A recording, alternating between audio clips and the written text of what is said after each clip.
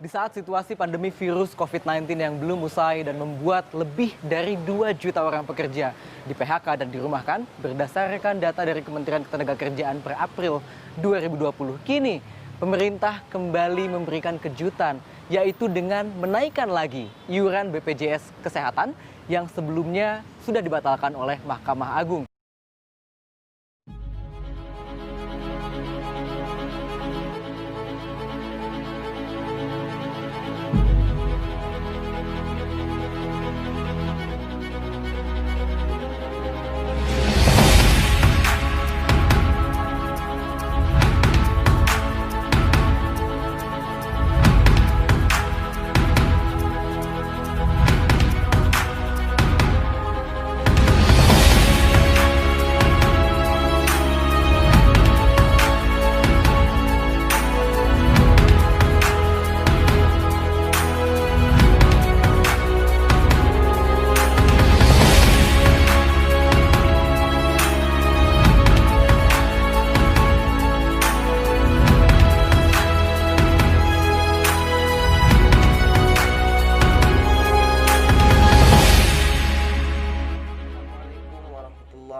Wabarakatuh.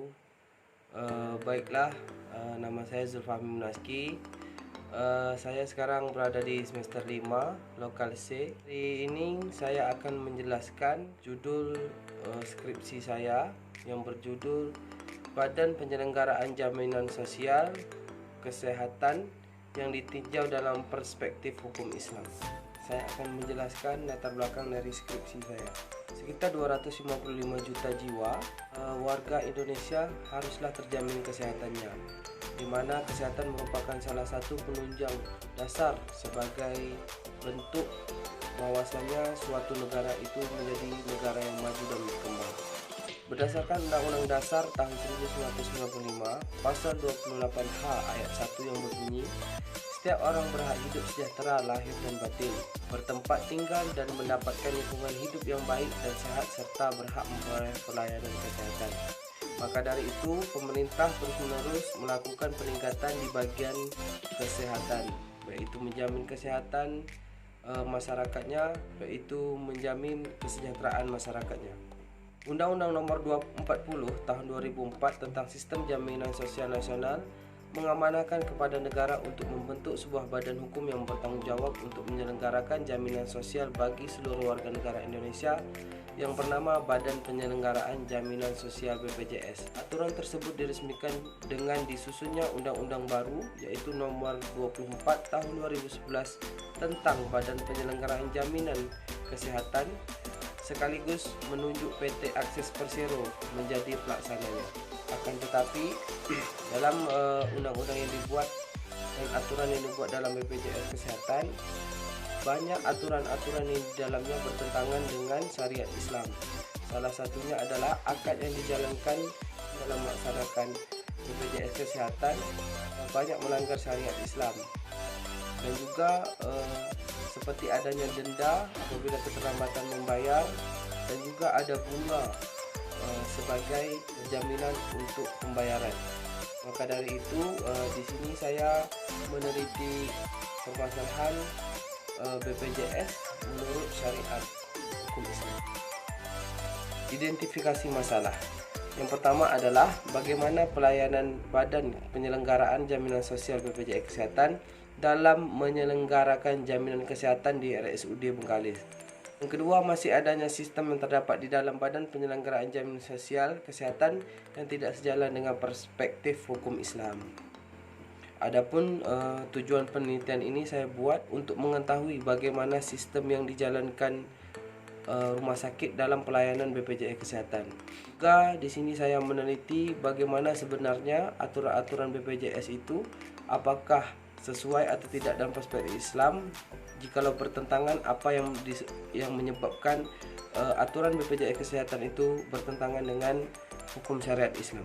Baiklah, penelitian ini semoga bermanfaat untuk kita semua, sehingga kedepannya kita nanti akan memahami bahwasannya jikalau ada penyelenggaraan BPJS yang salah, kita akan dapat memberikan pandangan-pandangan dan pendapat kita untuk memperbaiki sistem BPJS Kesehatan di daerah kita, khususnya di RSUD Bengkalis. Manfaat kedua adalah kita akan dapat mengetahui bahwasannya aturan-aturan BPJS itu apakah sesuai atau tidak dengan perspektif hukum Islam tersebut. Baiklah, kita masuk bab kedua, yaitu landasan teori. Pertama, kita akan masuk kajian teoritis, pengertian BPJS Kesehatan. Sebenarnya BPJS Kesehatan itu adalah sebuah lembaga yang dibuat oleh pemerintah sebagai penjamin sosial dalam bidang kesehatan bagi warga negara Indonesia. Seperti yang kita ketahui, BPJS memiliki dasar hukum, yakni Undang-Undang Republik Indonesia Nomor 40 Tahun 2004 tentang Sistem Jaminan Sosial Kesehatan, yang dimana setelah keluarnya Undang-Undang 40 Nomor 40, maka diresmikan BPJS Kesehatan dengan diperkuat oleh Undang-Undang Republik Indonesia Nomor 24 Tahun 2011. Baiklah, adapun di sini saya akan menerangkan hak dan kewajiban peserta BPJS Kesehatan. Hak peserta BPJS Kesehatan adalah yang pertama mendapatkan kartu BPJS. Yang kedua, mereka mendapatkan jaminan kesehatan yang diberikan oleh BPJS Kesehatan. Yang ketiga, mereka mendapatkan panduan atau konseling di bagian kesehatan. Yang ketiga adalah mereka bisa menyampaikan keluhan, pengaduan, kritik dan saran secara lisan yang tertulis di kantor BPJS Kesehatan apabila di tempat tersebut, khususnya di rumah sakit, bagian pelayanan, bagian pembayaran dan sebagainya macamnya mengalami penurunan kualitas di bidang pelayanan dan sebagainya. Lain dari hak peserta, peserta juga memiliki kewajiban sebagai anggota BPJS. Pertama, mereka harus menjaga betul kartu BPJS yang telah diberikan. Yang kedua, mereka harus mentaati aturan-aturan yang diberikan BPJS Kesehatan supaya memperlancar proses jaminan kesehatan yang mereka dapatkan. Yang ketiga adalah mereka harus membayar dengan bayaran tepat waktu sesuai waktu yang telah ditentukan. Manfaat BPJS Kesehatan. Sebenarnya banyak manfaat jaminan kesehatan ini. Salah satunya adalah penyuluhan kesehatan perorangan, meliputi paling sedikit penyuluhan mengenai pengelolaan faktor risiko penyakit dan perilaku hidup bersih dan sehat. Di sini manfaatnya kita akan mendapatkan informasi yang sangat banyak mengenai bagaimana pola hidup yang sehat, bagaimana menjaga kesehatan, dan bagaimana cara kita mendapatkan layanan kesehatan, sehingga ketika kita sakit, ketika kita mengalami drop, maka kita tidak pusing lagi, tidak kebingungan lagi kemana kita harus mendapatkan jaminan kesehatan selain dari rumah sakit, yaitu yang kita tuju adalah BPJS itu sendiri. Bagian pembiayaan, pembiayaan BPJS Kesehatan telah diatur oleh Menteri Kesehatan sendiri. Adapun untuk iuran kita sebagai anggota BPJS itu terdapat beberapa tingkatan dari kelas 1, 2, 3 dan sebagainya. Tingkatan tersebut sesuai dengan kemampuan kita, kemampuan pribadi kita masing-masing. Kita masuk dengan kajian konseptual hukum Islam.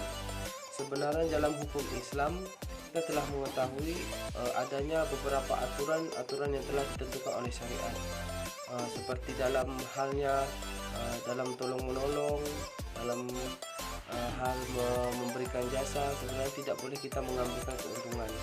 Akan tetapi jika kita masuk dalam konsep BPJS Kesehatan, di sini sebenarnya BPJS Kesehatan itu melanggar aturan-aturan syariat yang telah ditentukan oleh Islam, seperti tidak adanya akad yang benar dalam proses pelaksanaan jaminan kesehatan.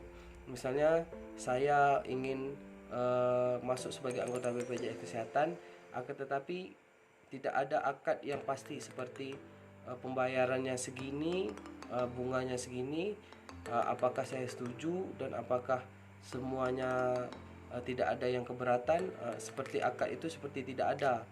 Makanya Islam tidak membenarkan akad-akad hal yang seperti itu. Makanya ada beberapa majelis ulama Indonesia di bagian daerah lain yang mengatakan bahwa BPJS Kesehatan itu haram ditinjau dari segi akadnya.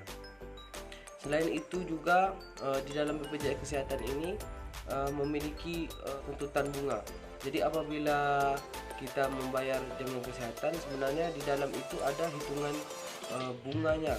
Misal 50.000, bunganya sekian persen dan sebagainya macamnya. Di sini BPJS Kesehatan kalau menurut Islam itu sudah terhitung oleh riba karena memiliki bunga atau memasukkan bunga dalam sebuah hitungan jasa gitu. Kalau dalam Islam, jikalau seseorang hendak menolong, jikalau kita hendak menolong orang lain dengan cara kebaikan untuk menjamin kesehatan, maka tolonglah dengan ikhlas dan ambillah keuntungan itu sesuai apa yang telah dikeluarkan tanpa mengambil bunga. Akan tetapi BPJS Kesehatan tidak, dia memiliki bunga di dalam pembayaran tersebut, maka di situ telah keluar dari konsep syariat tentang tolong menolong tersebut. Baiklah, kita masuk bab yang ketiga, yaitu metodologi penelitian. Jenis penelitian. Penelitian saya ini berjenis penelitian kualitatif deskriptif, yaitu pengolahan data yang bersifat uraian dengan melihat dan mengukur sifat dan bentuk jawaban sehingga menempatkan hubungan rasional dan logis agar dapat dianalisis dan disimpulkan. Adapun jenis penelitian ini yang dimaksud bertujuan memecahkan masalah-masalah aktual yang muncul dan dihadapi di sekarang ini, dan bertujuan untuk mengumpulkan data atau informasi untuk disusun, dijelaskan dan dianalisis dengan maksud memperoleh pemahaman dan penafsiran relatif tentang makna dari fenomena di lapangan. Lokasi penelitian tersebut saya meneliti di Rumah Sakit Umum Daerah Bengkalis, khususnya di pelayanan BPJS Kesehatan yang berada di lantai 1.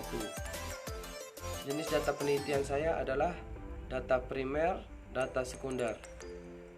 Sumber data yang saya ambil adalah mengenai pertama yaitu observasi, yaitu pengamatan langsung di lapangan.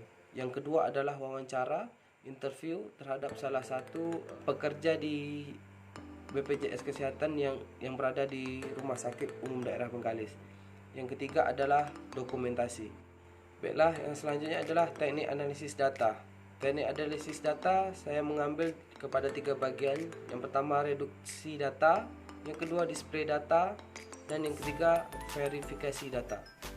Baiklah, dari hasil skripsi saya dari bab 1 sampai dengan bab 3, saya mengambil kesimpulan dari penelitian saya ini yang saya lakukan, bahwasanya BPJS Kesehatan yang berada di Rumah Sakit Umum Daerah Bengkalis melakukan pelayanan dengan baik.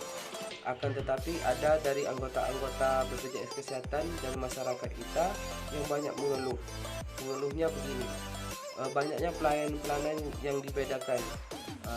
Misalnya pelayanan yang diberikan oleh anggota BPJS kelas 1 itu adalah cukup baik, memuaskan. Akan tetapi apabila dia didaftarkan anggota BPJS kelas 3, maka pelayanannya seperti biasa saja, bahkan seperti tidak layak. Jadi mereka mengharapkan tidak adanya perbedaan, baik itu dari masyarakat miskin yang tidak mampu dengan masyarakat kaya. Mereka tidak mau, istilahnya mudah-mudahan tidak ada perbedaan lagi ke depannya, dikarenakan di dalam jaminan kesehatan ini tidak ada istilahnya memilih mana yang kaya mana yang miskin. Sebuah jaminan kesehatan sosial adalah hal yang wajib yang dipenuhi oleh negara untuk warga negaranya. Kesimpulan yang kedua yang bisa saya ambil, aturan-aturan BPJS Kesehatan ini sangatlah tidak sesuai dengan syariat Islam. Akan tetapi ada hal-hal yang istilahnya menyangkut paut tentang kesejahteraan masyarakat, yaitu BPJS ini sangat bermanfaat karena menjamin kesehatan masyarakat dengan baik.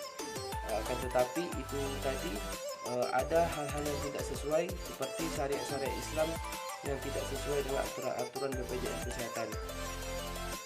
Baiklah Bapak dan kawan-kawan semuanya, itulah isi atau kesimpulan dari skripsi yang saya buat. Semoga apa yang saya sampaikan bisa menjadi tambahan ilmu untuk kita ke depannya. Dan saya berharap kepada kawan-kawan dan bapak-bapak semua untuk selalu menjaga kesehatan, patuhi protokol kesehatan. Semoga kita selalu dalam lindungan Allah Subhanahu wa taala. Sekian, terima kasih. Saya Zulfahmi Minaski. Assalamualaikum warahmatullahi wabarakatuh.